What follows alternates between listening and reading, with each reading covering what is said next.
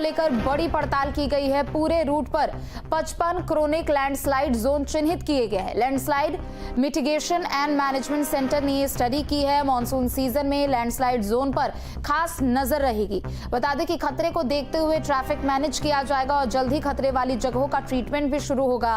उत्तराखंड आपदा प्रबंधन प्राधिकरण स्टडी कर रहा है। भूस्खलन पर वैज्ञानिक स्टडी के जरिए डेटाबेस तैयार होगा। तो उत्तराखंड में चार धाम यात्रा रूट पर ऋषिकेश से लेकर चार धामों तक के मार्ग पर पड़ने वाले सभी तकरीबन 55 ऐसे क्रोनिक लैंडस्लाइड जोन हैं जिन पर उत्तराखंड आपदा प्रबंधन प्राधिकरण स्टडी कर रहा है, जो कि सबसे ज्यादा खतरनाक है। उत्तराखंड आपदा प्रबंधन इन सभी लैंडस्लाइड पर साइंटिफिक स्टडी के जरिए डेटाबेस तैयार कर रहा है। इस पूरी स्टडी से एक इस तरह का डेटाबेस तैयार किया जाएगा जिससे बारिश की तीव्रता का लैंडस्लाइड पर पड़ने वाले असर की गणना की जाएगी। इस तरह से चिन्हित लैंडस्लाइड वाले क्षेत्र में हो रही बरसात के जरिए लैंडस्लाइड के जोखिम का पूर्वानुमान भी लगाया जाएगा। तो भविष्य में आने वाली चुनौतियों से निपटने के लिए भविष्य में होने वाले खतरे की दस्तक को पहले ही पढ़ लिया जाए, इसे लेकर उत्तराखंड प्रबंधन और साइंटिफिक मेडिटेशन की ओर से एक पूरी स्टडी की जा रही है और स्टडी के आधार पर भूस्खलन को लेकर यहां पर जांच पड़ताल में ये बड़ा खुलासा। अभी हमने अपने QLMMC के माध्यम से बद्रीनाथ जी वाले रास्ते पे सर्वे कराया है। तो कुछ उसमें चयनित किए हैं हमने 57 ऐसे जोन्स हमने चिन्हित किए हैं जहां पर लैंडस्लाइड हो रहा है, जहां पे कार्य कराने की आवश्यकता है। इस बारे में हम सभी को रिपोर्ट भेज दिए हैं जो संबंधित विभाग हैं जहां से कार्रवाई होनी है, और उनसे रिक्वेस्ट ये किया है हमने कि इसमें क्या कार्रवाई करनी है, क्या क्या कमियां हैं, क्या लैंडस्लाइड हो रहा है, वो पूरा बता दिया उनको। हमने रिक्वेस्ट ये किया है कि इसमें किस तरह से सुधार के कार्य करने हैं, आप इसमें कार्य शुरू करें ताकि आगामी मानसून समय के पहले इनका ट्रीटमेंट हो सके और वहाँ पे और अधिक लैंडस्लाइड बढ़ने की संभावना न रहे। जब अतिवृष्टि होगी तो लैंडस्लाइड होगा और बहुत सारे कारण होते हैं लैंडस्लाइड के।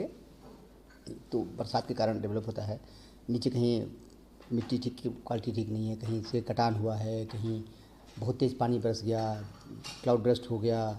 जहाँ जहाँ है हमारा सेंटर लगातार उसमें विजिट पे है, और जब अगली जगह हम अगले रूट पे हम पकड़ेंगे तो वहाँ पे करेंगे।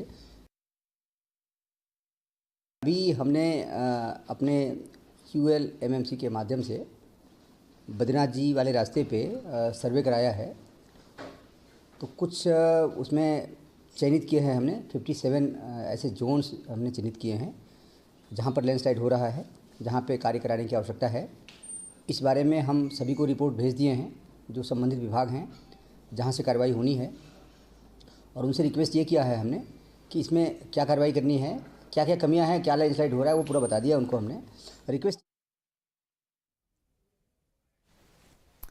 तो चार धाम यात्रा रूट में पड़ने वाले 55 ऐसे क्रोनिक जोन हैं जिनको चिन्हित कर लिया गया है, और ऐसे में अब इसे लेकर पूरा एक डेटाबेस तैयार किया जाएगा।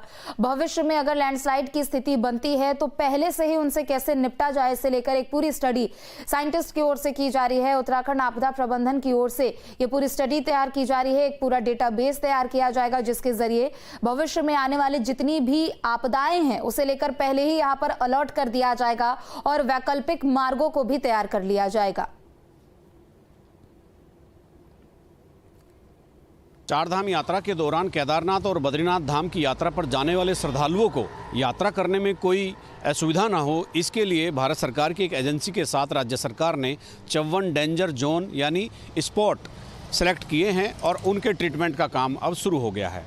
54 से ज़्यादा ये जो स्पॉट हैं ये केदारनाथ धाम की यात्रा मार्ग पर हैं और बद्रीनाथ धाम यात्रा मार्ग पर हैं। यहाँ पर लगातार लैंडस्लाइड होने के कारण यात्रा तो रुकी रही या लैंडस्लाइड होने से कोई भारी नुकसान हुआ। कई बार आपने देखा होगा कि वाहन के ऊपर भी मलबा आ जाने से लोग हताहत हुए हैं। अब इन सभी स्पॉट्स का ट्रीटमेंट राज्य सरकार द्वारा शुरू कर दिया गया है। उम्मीद ये है कि जब चारधाम यात्रा शुरू होगी और यात्री केदारनाथ और बद्रीनाथ जाएंगे तो उन्हें ऐसी असुविधा का सामना नहीं करना पड़ेगा जिस तरह उन्होंने पिछले दिनों और पिछले वर्षों की यात्रा में किया होगा। अपने सहयोगी कैमरामैन सोनी कुमार के साथ न्यूज़ स्टेट के लिए